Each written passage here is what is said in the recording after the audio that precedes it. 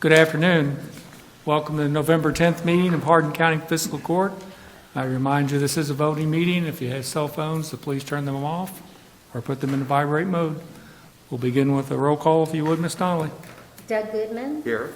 Boone. Here. Clem. Here. Wiseman.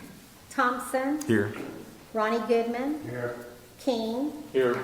Judge Berry. Here. Easter. Here. Mr. Easter will lead us in the invocation, and Mr. King in the pledge, if you'll please stand.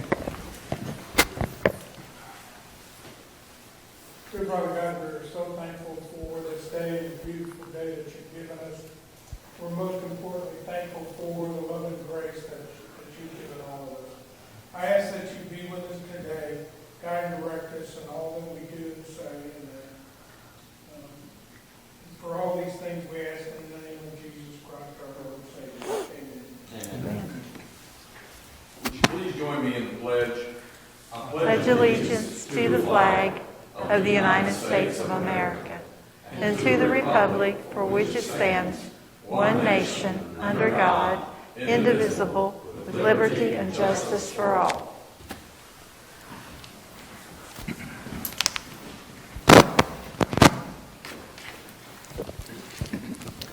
We'll start with department and office reports today. First up will be planning and development. Mr. Adam King.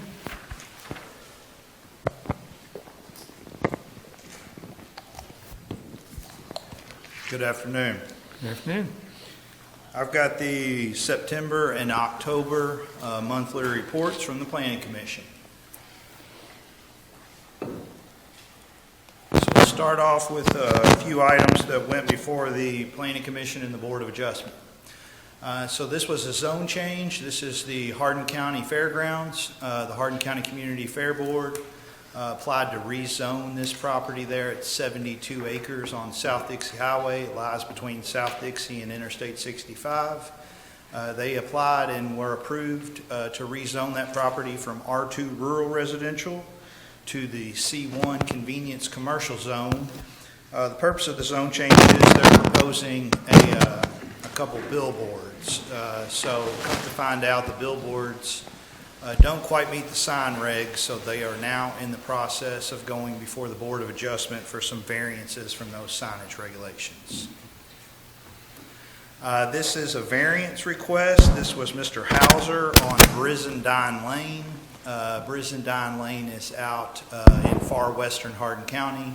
Brizendine Lane runs along a ridgetop. So Mr. Hauser wanted to build a detached garage there, you'll see on the left. And he was approved variance. He had also previously been approved a variance back in 2012 for that other detached garage. This was a variance request. Halchashik. This is on the portion of Woolridge Ferry Road, actually north of 313. So directly across the street is the Fort Knox Reservation. Mr. Halchashik's driveway is actually the end of county maintenance on Woolridge Ferry. So he received a variance from a front building setback as well as a side building setback for a pole barn that had already been constructed without a permit. This was an additional variance. This was David Yates on South Railroad Street in Cecilia. The lot there in yellow, kind of an odd configuration. Property contained mostly floodplain. But had to get a variance from both the minimum road frontage as well as the lot width to length ratio. Again, it was pre-existing. Essentially, it was a landlocked track with mostly floodplain that we got some frontage and got it approved. This is Dean and Tyler Pence. Again, they do business as D&T Log and Lumber. It's primarily a barrel stave operation. This is up on Summit Hill. And they came before the board to renew their conditional use permit for their sawmill operation. So again, the photo there was taken by Nick with engineering with the drone. So it's a very, very useful tool that we're taking every opportunity we can to use. This was Irvin and Linda Martin. We're at the corner of Lila Lane and Red Mill Road. So they needed variance from the front setback along Lila Lane. The existing house and garage were built prior to the development of the street, but we knew the street was going to be built, and they had a front setback there, and they only respected a side setback. They were doing an addition, and it came up, so we went ahead and got everything approved.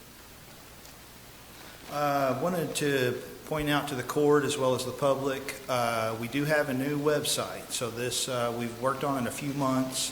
It's hcpdc.com.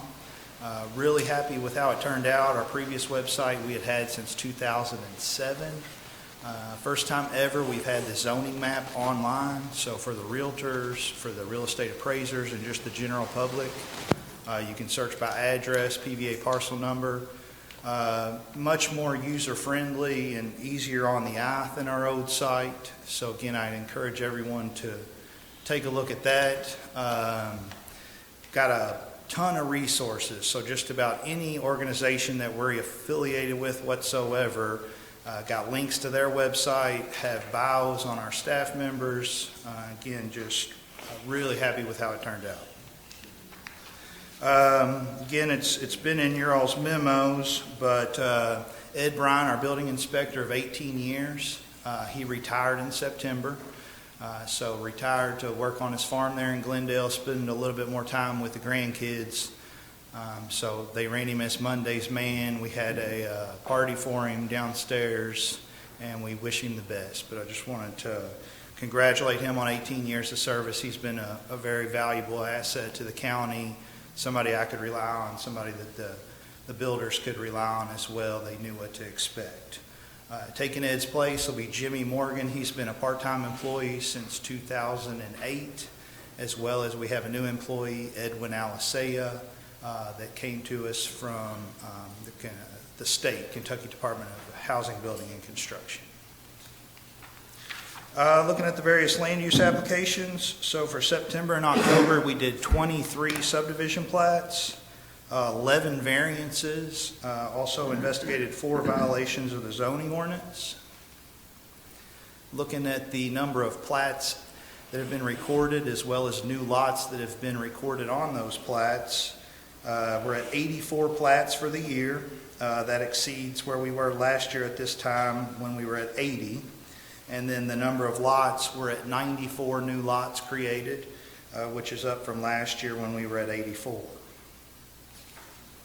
Looking at single-family dwellings, so the map on your right, again, we're continuing to map all of our new homes. Currently, through the end of October, we're at 137 new single-family dwellings.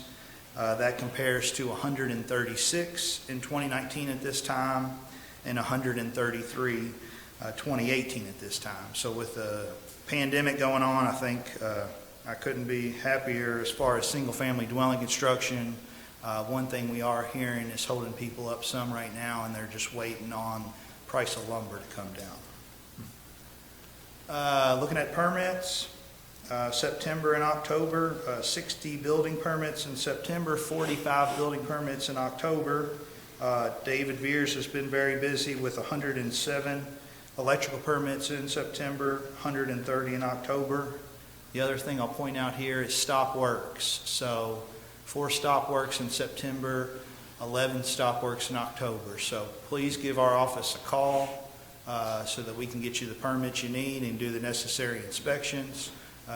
Did 2 stop works even today, so I'd like to reduce that number as much as possible. Lastly, inspections. Rough inspections for new electrical projects, 32 for September, 65 for October. And then footers, where folks are just getting some stuff started before the winter, 55 in September and 28 in October. That's all I've got. Happy to answer any questions you all might have. Anyone have any comments for Adam? Thanks, we appreciate it. Thank you all. You've been busy. Next, we'll hear from the Hardin County Engineer, Ms. Vicki Meredith.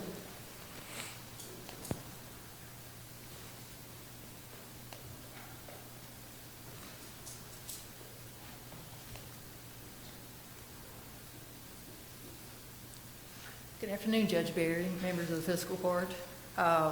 Just want to give you an update on the engineering activities, touching base with the erosion Prevention Sediment Control Inspection Program, our public concerns, addressing, and a little bit on the census. Since for this year, year to date through October, we've had over 1,200 site inspections for the erosion sediment control.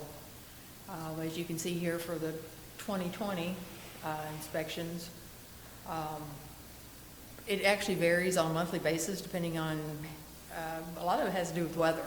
But we didn't do as many in October because it finally got to where it wasn't quite raining as much as it had been before, so we're okay with that. This is the mapping system that we have that tracks all the locations where we're doing inspections. So this is something that was developed through our GIS program, through Nick and Nikki both work together on this, and it really works well. It gives us an idea of where they stand, not only where the locations are, but what the status is of the different locations.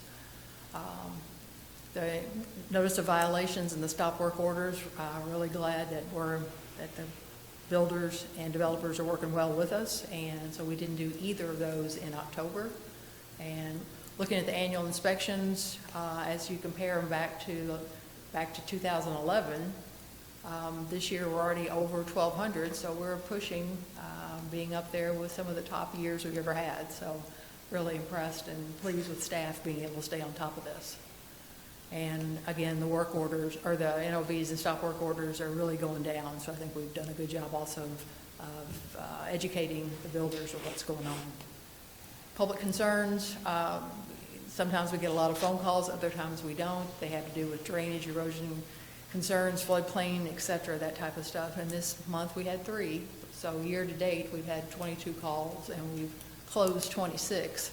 And you may be asking, how can you have 22 and close 26? But some of them, it takes a while to get them closed, so they're rollovers from the year before.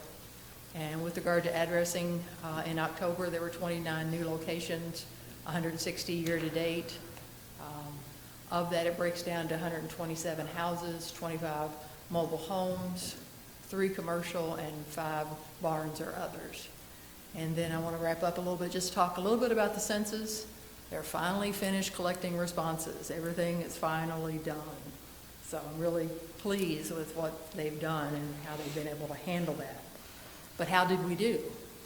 Well, one of the big things they've been pushing was with regard to self-response. They really wanted everybody to respond so they didn't have to step in and do anything. So Kentucky's self-response rate was 68.2%. Hardin County's overall self-response rate was 73.3%.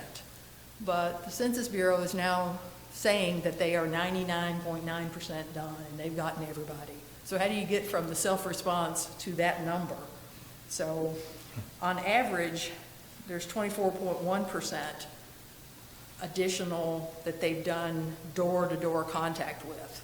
So they actually went and talked with people and gathered that information. So I don't know exactly what it did in Hardin County, but in general, that was 24.1%. So you still have a little bit left. You still got 2.5%. They're going to make sure they have everybody counted, and it is extremely important. So with that, they do what they call by proxy. So it's either going to see a neighbor or a landlord or something like that, just to make sure that they get the best information possible. Obviously, it's not perfect, but it's better than not having anything. So I just want to let you guys know that it's not that if you don't respond, you don't get counted, but you may not be counted accurately. And what we've seen in the past sometimes is that those young children might not get counted accurately, the babies and the kids and stuff. So it's never a situation you want to be in, but I just want to let you know that yes, the Census Bureau is doing what they need to do. I think they've done a really good job based having COVID this year, so I think it's worked out well. Just again, our response rate in Hardin County through the different census districts that are shown here range from anywhere mid 50% to about 85%. So I was really pleased with them. And then just to give you some history on the census, you know, the first one was in 1790, and they've done it every 10 years since then. So you can see how the population has grown over time, and we're 308 million in 2010. So, and the biggest jump that you'll see was between 1990 and 2000. That's when they had the biggest jump in actual percent, or not percent, but actual number of people. So I just want to thank everybody for responding to the census. I know we kept hounding on it, but it is important, and hopefully we'll have all the data that's appropriate for Hardin County as we move forward and get the proper funding. So if you have any questions, I'd be happy to take those. Any questions for Vicki? We certainly appreciate all the good work, but particularly on the census. It's not something you volunteer for, but I threw you under the bus. But we appreciate the good job of helping coordinate for our community to make sure we all get counted the best we can. It's important. It is, Judge, and I have to admit that when I first got thrown under the bus, using your term, but volunteered to do it, I guess is maybe a way I would say it, but I was like, another one. But once I got into it, I realized just how important it was, and I actually learned a whole lot about the census. So I was pleased, all in all, that there was good response and found out a lot about how important it is. So it was good for me to be thrown under the bus for that one. So thank you. Appreciate it. All right. Perhaps we need to do it more often. Maybe we do. What, get thrown under the bus or do census? You better watch it. Good All job. right, next we're going to hear from the Hardin County Road Department, Road Supervisor Dwight Morgan. Good afternoon, Judge Barry, members of Fiscal Court. Good to see you this afternoon. I'm here to give you my September and October report for the Road Department. Encroachment permits, we were down a little bit on our encroachment and permits, but we are up in revenue, so that's a good sign. Road signs, when you look at our new, we're down in our new replacement and repair.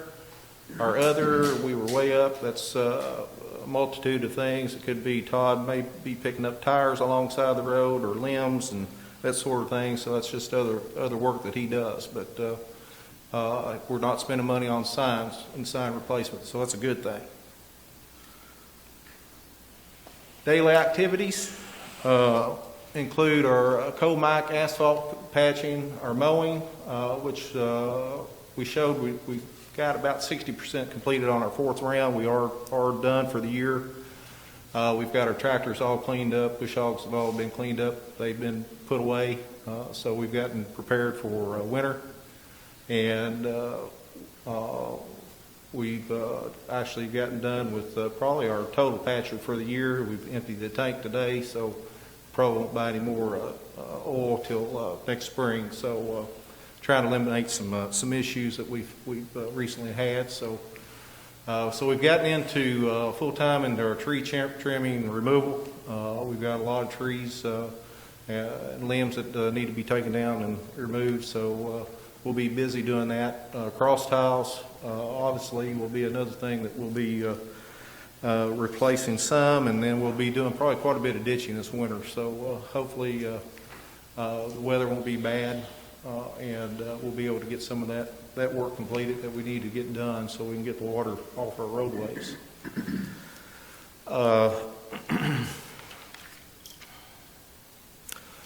Our discretionary roads, we've completed Red Mill, Thomas Road. Obviously you know about Thomas because we've got a asphalt grant for that one. That's all been completed. Currently, we're working on Lower Colesburg Road, and we should have most of our discretionary funding completed, with the exception of Oil Ridge this year, and we'll hold off till spring on that one. Lower Ridge Bridge, it's got repair on there. Should be replacement. Show you some pictures. That's with the bridge deck removed from that bridge. They took out the center pylon out of that bridge support. They took it completely out, and they replaced it with these precast, pre-stressed beams. Each one of those beams are about 70,000 pounds, give or take a few thousand pounds. The crane that you see in that picture weighs about 200,000 pounds, and it's got 280,000 pounds of counterweights on it. And I'll tell you, Judge, I'm glad we didn't do anything on that road because it made some spots in the road. You'd be amazed what 200,000 pounds will do on one of our county roads. It's not good for it. So just kind of something to keep in the back of our minds too when we're replacing some of these other bridges. So anyway, that bridge, as you see the guardrail come in on on each one of those beams on the right and left beam. But the extensions had to be done by a guardrail company. They came in. The approaches have been completed. And the bridge is open. So all in all, we got that out of the way, which is was a major concern for us in the condition that it was in. Any questions?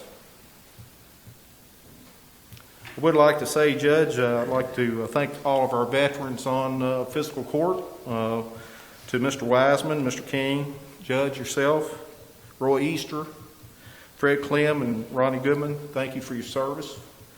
Thanks to all our people that have served our country that's either living here today or gone on before us. I would like to say that it was an honor a few days ago to be with Fred and saying goodbye to his dad. He was one of those that served in World War II.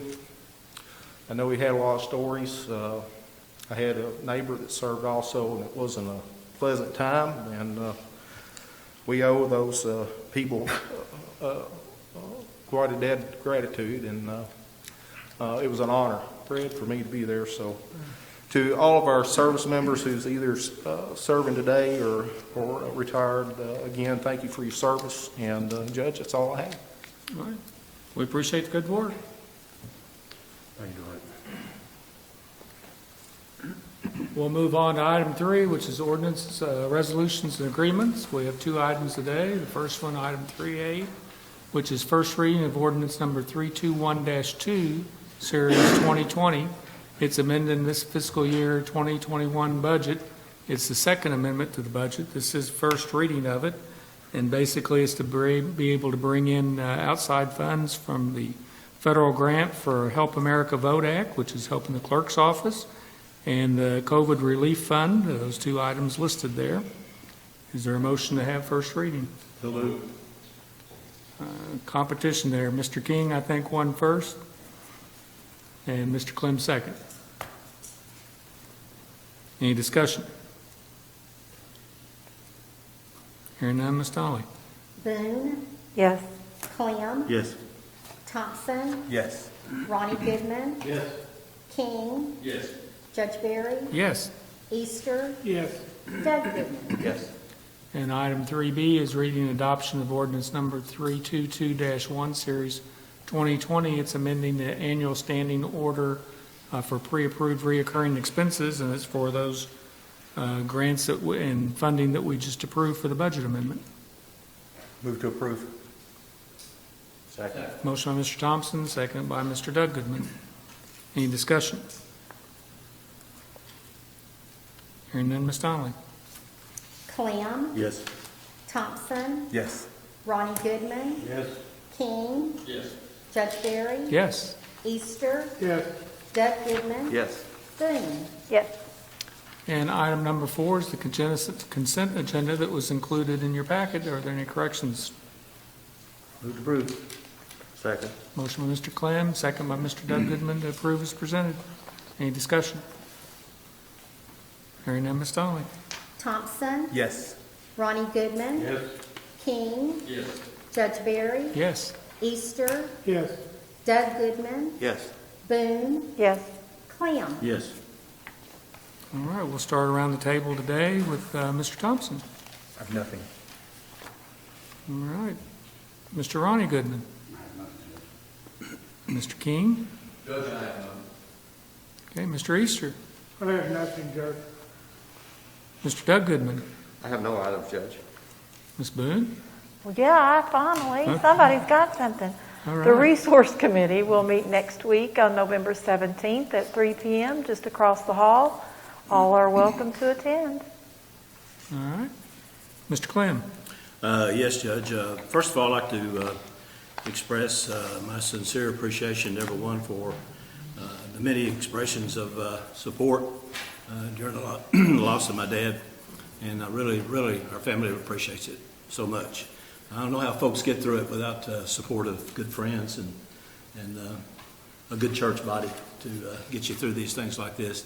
Dad was 97 and a half, a World War II veteran, and he would have been proud to be recognized tomorrow in Laurel County. Every Veterans Day, he was always at every restaurant, I think, because they fed him well. So I'm sure they'll miss him as well.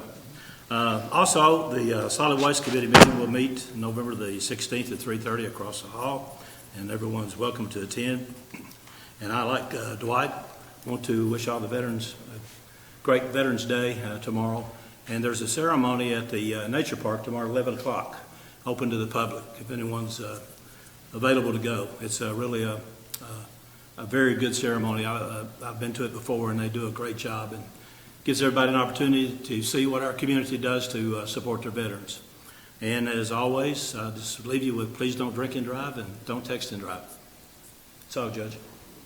Mr. Allen, anything else? I'd like to, as well as Fred and Dwight, thank all the veterans for their service, what they've done for us, and what they continue to do for us. I remind everybody that the 24th of November is the next meeting of Hardin County Fiscal Court here in the courtroom. If there's nothing else to come before us, a motion would be in order for us to adjourn. So moved. Second. Motion by Mr. Clem, second by Mr. Doug Goodman. If there's no objection, hearing none, we stand adjourned.